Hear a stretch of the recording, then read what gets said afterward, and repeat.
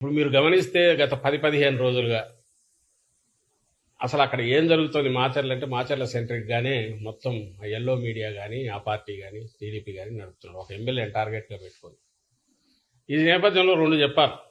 ఒకటి, ఎన్నికల కమిషన్ అనేది ఏదైతే అంపైరింగ్ రోల్ చేయాలనో ఇక్కడ ఒక నిష్పక్షపాతంగా అటు ఇటు సైడ్ తీసుకోకుండా చేస్తుందనే మా ఆశ, చేయాలనే మా కోరిక.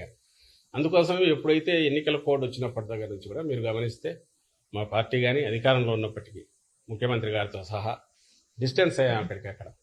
అలాగే ఏ నిర్ణయం తీసుకున్నా కూడా ఇద్దరికి సమానంగా ఉండే రకంగా ఏది తీసుకుంటున్నా కరెక్ట్ అనుకుంటున్నాం. కానీ దురదృష్టవశాత్తు ఈ ఎన్డీఏని కూటమి ఫామ్ అయినప్పటి నుంచి ఆ తర్వాత పైన ఎక్కడైతే సెంటర్లో బీజేపీ ఉన్నదో అంత పొత్తు పెట్టుకున్నప్పటి నుంచి ఎన్నికల కమిషన్కు బాబు దోమపోట్లాగా బాబు కాటో లేక బాబు వైరస్ ఏదో సోకినట్టుంది, ఇన్ఫెక్షన్ వచ్చిందేమో అని అనిపిస్తుంది. అది ఎంతవరకు పోయిందంటే ముందు అనుమానంగా ఉండేది, ఇప్పుడు నిజమని కూడా అనిపించే రకంగా ఎన్నికల కమిషన్ వ్యవహరిస్తున్న తీరు. ఇప్పుడు ఆల్ ప్రాక్టికల్ పర్పసెస్ ప్రభుత్వాన్ని ఎవరు నడుపుతున్నారంటే ఎన్నికల కమిషన్ నడుపుతోంది. ఆంధ్రప్రదేశ్ ప్రభుత్వాన్ని కాదు, ఎక్కడైనా సరే. అది ఎంత జోక్యం చేసుకుంటోంది ఇప్పుడంటే, ఇప్పుడు మీదన్న ఈ కేసుకు సంబంధించి మాచర్ల కేసులో కూడా అది కనిపిస్తుంది. అక్కడ ఆ రోజు ఈవీఎంకి జరిగిన సంఘటన ఏదైతే ఉందో దాని మీద మీరు పోవడానికి అసలు వీడియో ఎక్కడి నుంచి వచ్చింది దాని లేదు. అలాంటి వీడియోలు మిగిలినవి ఎందుకు రిలీజ్ చేయాలంటే వాటిని రిలీజ్ చేయదు ఎలక్షన్ కమిషన్. నువ్వు నిష్పక్షపాతంగా వ్యవహరిస్తున్నావంటే ఎక్కడెక్కడ ఈవీఎంలు డ్యామేజ్ అయినా ఉన్నాయో అవన్నీ బయట పెట్టాలి. బయట పెడుతూ దానికి ముందు తర్వాత జరిగినవి ప్రెమిసెస్లో ఏం జరిగిందో కూడా బయటకు రావాలి. అది ఎందుకు చేయట్లా? ప్లస్ ఆ వీడియో బయటకు వచ్చింది ఎట్లొచ్చింది? వీడియో బయటకు వచ్చిందంటే మాకు తెలియదు, సంబంధం లేదనడం కాకుండా ఇమ్మీడియట్ సీరియస్ కేసు పెట్టాలనా లేదా? కేవలం ఎన్నికల కమిషన్ ఆధ్వర్యంలో ఉంది కాబట్టి మిమ్మల్ని అడుగుతాం.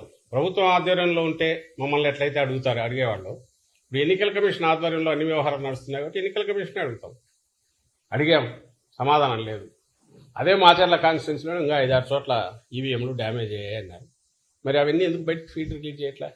ఇదే పాల్వాయి గేట్ ఎక్కడ అంటున్నారో బయట వీడియోలు మేము చూపించాము, ఎన్నికల కమిషన్కి ఇచ్చాము. ప్రెమిసెస్లో అడ్డంగా కొడుతున్నారు. న్యూట్రల్ ఓటర్స్ కానీ వైఎస్ఆర్సీపీ ఓటర్స్ కానీ లేకపోతే ఎస్సీ బీసీ మైనారిటీలకు చెందిన ఓటర్లను కానీ రానివట్ల టీడీపీ వాళ్ళు అడ్డంగా కొడుతున్నారు. ఈ కొడుతున్న వాటన్నిటి గురించి దాని గురించి ఏం తీసుకున్నారు? అన్నిటికంటే ముఖ్యంగా ఎవరు రీపోలింగ్ అడుగుతారు? బాధితుడు అడుగుతాడు. ఎందుకు టీడీపీ అడగట్లా? ఎందుకంటే వాళ్ళు కంఫర్టబుల్గా ఉంది కాబట్టి, గుద్దుకున్నారు కాబట్టి, అడ్డంగా వేసుకున్నారు కాబట్టి, రిగ్ చేసుకున్నారు కాబట్టి వాడు అడగట్లా. అఫెక్ట్ అయినారు కాబట్టి మా వాళ్ళు అడుగుతున్నారు.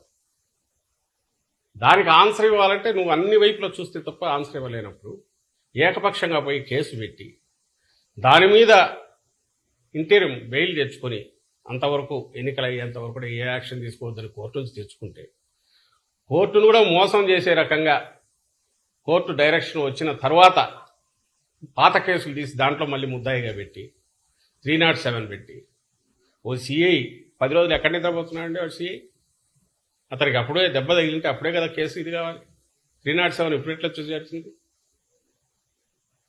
అది పెట్టి అది కూడా ఇప్పుడు కోర్టుది వచ్చిన తర్వాత మళ్ళీ 3 కేసులు దొరుకుతాయి. అంటే వస్తే అరెస్ట్ చేయాలని ఈరోజు దాంట్లో కూడా ఇచ్చినట్టుంది. మళ్ళీ పెడతారో తెలియదు ఇంకొన్ని కేసుల్లో. ఈ విచ్ హంటింగ్ కానీ లేదంటే విండిక్టివ్ కక్ష సాధింపుతో కానీ ఎన్నికల కమిషన్ పోవాల్సిన అవసరం ఏమొచ్చింది? దానికి ఎన్నికల కమిషన్ పరిధిలో పనిచేస్తున్న ఇప్పుడు పోలీసు యంత్రాంగం ఎందుకు పోతుంది? ప్రజలు ఆలోచించాలి దీని గురించి. ఇంతకంటే క్లాసిక్ కేసు ఎక్కడన్నా ఉంటుంది? మేము వేగ్గా అనట్లా. రెండవది, ఆ సిఐ తరఫున ఒక అనాథరైజుడు ప్రైవేటు ఒక అడ్వకేట్ లాయర్ వచ్చేసి తను రిప్రజెంట్ చేస్తారు గవర్నమెంట్ దీని నుంచి. ఎవరు పర్మిషన్ ఇచ్చారు? ఎట్లా వచ్చాడు తెలియదు. అసలు ఎంతవరకు పోతున్నారంటే బెయిల్ ఇచ్చిన తర్వాత అతను నర్సరావుపేటకు వస్తే అక్కడికి కోర్టు గైడ్లైన్స్ కూడా చెప్పింది, నర్సరావుపేటలో ఉండు, కిందికి పోవద్దని. అక్కడ అతనికి సర్వేలెన్స్ పెట్టండి అంటే మేము సర్వేలెన్స్ పెట్టడానికి అతను ఇక్కడ లేడు కాబట్టి అతను పిలిపించండి, మేము సర్వేలెన్స్ పెట్టాలి కదా అంటే అది వయలేషన్ అంట. ఏమన్నా అర్థం ఉందండి ఇది? అంటే ఆ ఎక్స్టెంట్కి ఎందుకు పుష్ చేస్తున్నారు? పోనీ అందరి మీద ఇదే చేస్తున్నారా? మరి తాడిపత్రిలో నాకు తెలిసి ఆ అభ్యర్థి మీదుగా కేసులు ఉన్నట్టున్నాయి. వాడి జోలికి పోవట్లా. అక్కడ నాన్ అవైలబుల్ పెట్టచ్చు, 3 చేసి అక్కడ చేయట్లా. ఒక్క మాచర్ల మీదే ఇది పెడుతుంది. ఇంకా అనుమానాలు రావా? అనుమానాలు రావడం ఏంది? రుజువు కావట్లేదు అక్కడ. పూర్తిగా కక్ష సాధింపుతో చంద్రబాబు ఎట్లంటే ఆయన రిమోట్ కంట్రోల్తో ఆయన కానీ ఆయనకు కావాల్సిన వాళ్ళు కానీ ఆ పార్టీ నాయకులు కానీ అన్నదానికి తగినట్టే ఎన్నికల కమిషను లేదా దాని ఆధ్వర్యంలో పనిచేస్తున్న పోలీస్ యంత్రాంగం కానీ ఇతర అధికారులు కానీ పనిచేస్తున్నారేమో, వ్యవహరిస్తున్నారేమో అని ఖచ్చితంగా అనిపిస్తుంది. సో ఈరోజుకు రాలా నిజంగా ఈవీఎం డ్యామేజ్. పోనీ పిఓ ఏమైనా రాశాడా? PO log book main criteria అయినప్పుడు, ప్రాతిపదిక అయినప్పుడు పోలింగ్ ఆగిందని కానీ ఇంకోటని రాశారు. మరుసటి రోజు కేసు పెట్టారు అన్ఐడెంటిఫైడ్ అని కానీ, లేదా పాల్వాయి గేట్ విషయం. దాంట్లో లాగ్ బుక్లో రాలే కదా. అదే కదా యాడ్ స్టిక్ మీకు. ఒక వీడియో, పోనీ ఆ వీడియో నువ్వే ఒప్పుకుంటున్నావు, ఈసీ మాకు తెలియదు అది ఎట్లా బయటకు వచ్చిందని. మరి ఒరిజినల్ ఏముంది? రిలీజ్ చేయి. దాంతోపాటు మిగిలిన 6, 7 అన్నీ రిలీజ్ చేయి. తెలిసిపోతుందిగా ఏం జరిగింది అక్కడని. మరి అక్కడ కూడా అదే న్యాయం అప్లై చేయాలిగా. పోనీ సహజ న్యాయం ప్రకారం చూసినా రీపోలింగ్ అడిగిన వాడు టీడీపీ ఎందుకు రీపోలింగ్ అడగట్లేదు? ఎందుకంటే కంఫర్టబుల్గా ఉంది కాబట్టి. మా అభ్యర్థి ఎందుకు అడిగాడు? అన్యాయం జరిగిందని కాబట్టి. ఏ రకంగా చూసినా, కామన్ సెన్స్తో ఆలోచించిన, రూల్ బుక్ ప్రకారం చూసినా, ఏ రకంగా చూసినా కూడా తప్పుడు దీంట్లోనే ఎన్నికల కమిషన్ కానీ ఆ అధికారులు కానీ పోయినారని స్పష్టంగా కనపడుతున్నప్పుడు మా డిమాండ్ మళ్ళీ తెరుస్తున్నాం. ఇప్పటికైనా సరే ఎక్కడెక్కడ ఈవీఎం డ్యామేజ్లు మొత్తం అంతా ఇవ్వండి.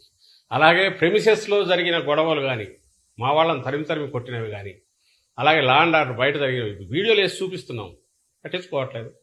ఇచ్చాము ఈసీకి. వాటి మీద కూడా ఏవైతే భయభ్రాంతులను చేసే ఓటర్లు ఆడకుండా అవన్నీ కూడా ఎన్నికల ప్రాసెస్ని దెబ్బతీసినట్టే కదా. మరి వాటి మీద ఏం కేసులు పెట్టారు, ఏం యాక్షన్ తీసుకున్నారు? సో ఇవన్నీ, ఈ ప్రశ్నలన్నిటికీ ఎలక్షన్ కమిషన్ ఆన్సర్ ఇవ్వాల్సింది. ఏదైతే నేను ఇంతకుముందు అన్నట్టు ఇన్ఫెక్ట్ అయిందో బాబు వైరస్తో, అది ఆన్సర్ ఇవ్వాల్సిన బాధ్యత దాని మీద ఉందని మేము అనుకుంటున్నాం.